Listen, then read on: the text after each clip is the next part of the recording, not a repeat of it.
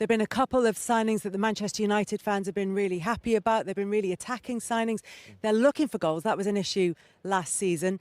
Have they got enough now in the squad to really improve from last season, and how far can it take them? Yeah, I was thinking that before about Ekitike. We shouldn't take for granted what he's done in this last couple of weeks, that kid. He's 22 when we say that people need time to settle in.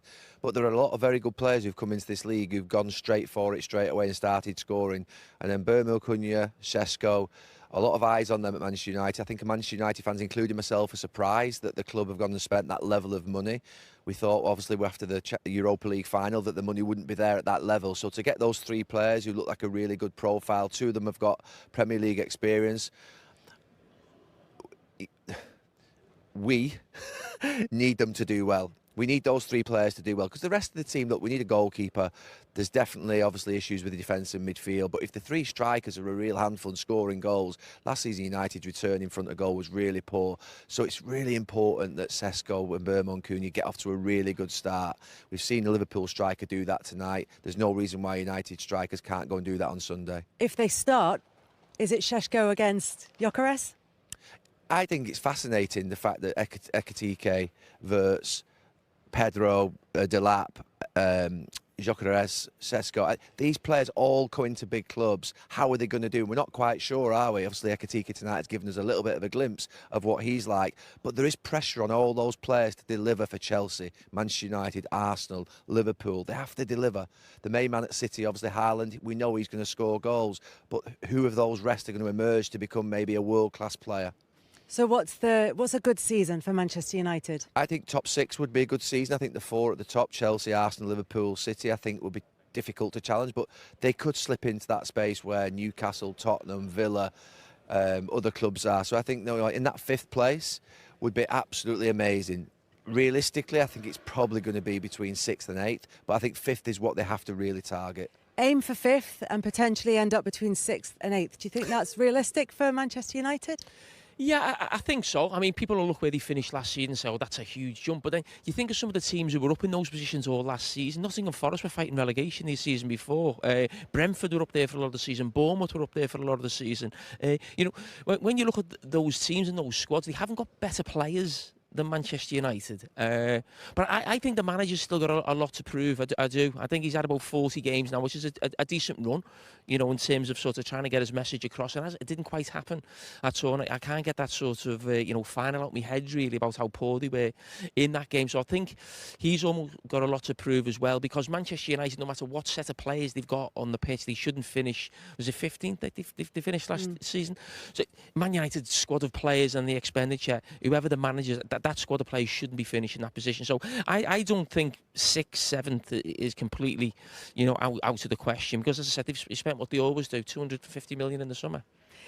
Is there patience amongst the Manchester United fans, skint, or do they have to? They've saved a lot of money. Do they have to start fast?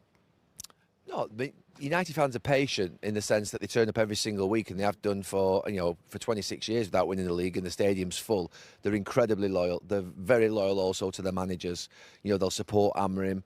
Sometimes they can get a little bit disillusioned with the players if they feel like that heart and that spirit and that fight's not there. I don't think you can say that in this last 12 to 18 months. That's not been the problem. I think the problem has been the quality. The lack of quality in terms of the players, particularly in forward areas, is just nowhere near good enough. Now, if they correct that and start scoring goals, you become obviously a lot harder team to beat. Yeah, there is a problem in central midfield. It doesn't look like Bruno Fernandes has got the right partner at this moment in time. And then obviously you've got the goalkeeper. So there's things that I think he'd still want to change. It's quite a unique system. I think it was always going to take some time to get used to it. I was hoping that, to be fair, I said at the time it would suit some of these players, give them a stronger base, because there isn't really a pair of centre-backs there that can play in a four. So I thought it would suit them, but it didn't do, and it ended up being a real sort of challenge for them. They've looked better in pre-season. The fans will always be patient, but I think that ultimately they need to get a decent start, and they've got a few tough fixtures in this first few games. I actually feel quite confident about them on Sunday. I think they'll give a really good performance. I think it's a big day. And Arsenal, Arsenal have got to go and win. I agree with Jamie. I think Arsenal are the team really that have got to go and challenge Liverpool this season.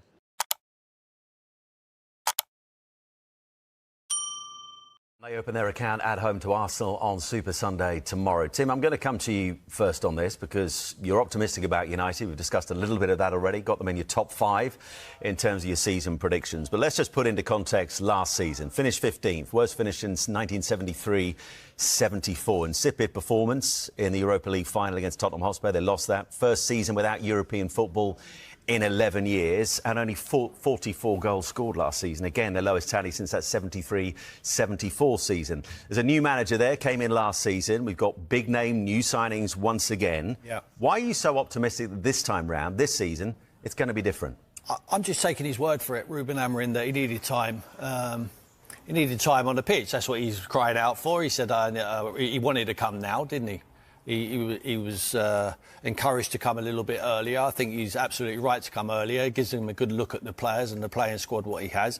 They've managed to strengthen. And Burmo and Cunha, like I said, very, very good players, albeit playing for lesser clubs. Not everyone can play for Manchester United. Šeško, I would, like I say, just see how he gets on. He's only young. He's got potential, but he wasn't exactly ripping it up there in the Bundesliga. Højlund has been there before. They got very excited about his signing, an awful lot of money as well. That never worked out. And You're not making a great case for top 5, by the way.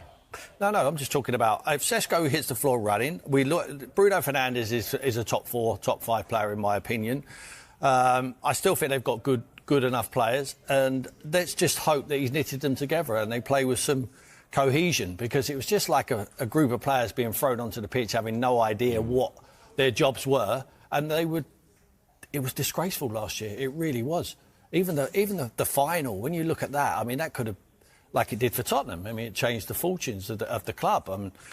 It could have been the platform what they needed, but it wasn't, because they were so poor. I mean, that final, I could not believe I was watching a game of Manchester United. And Manchester United do well. I want Man United to be great again. I really do.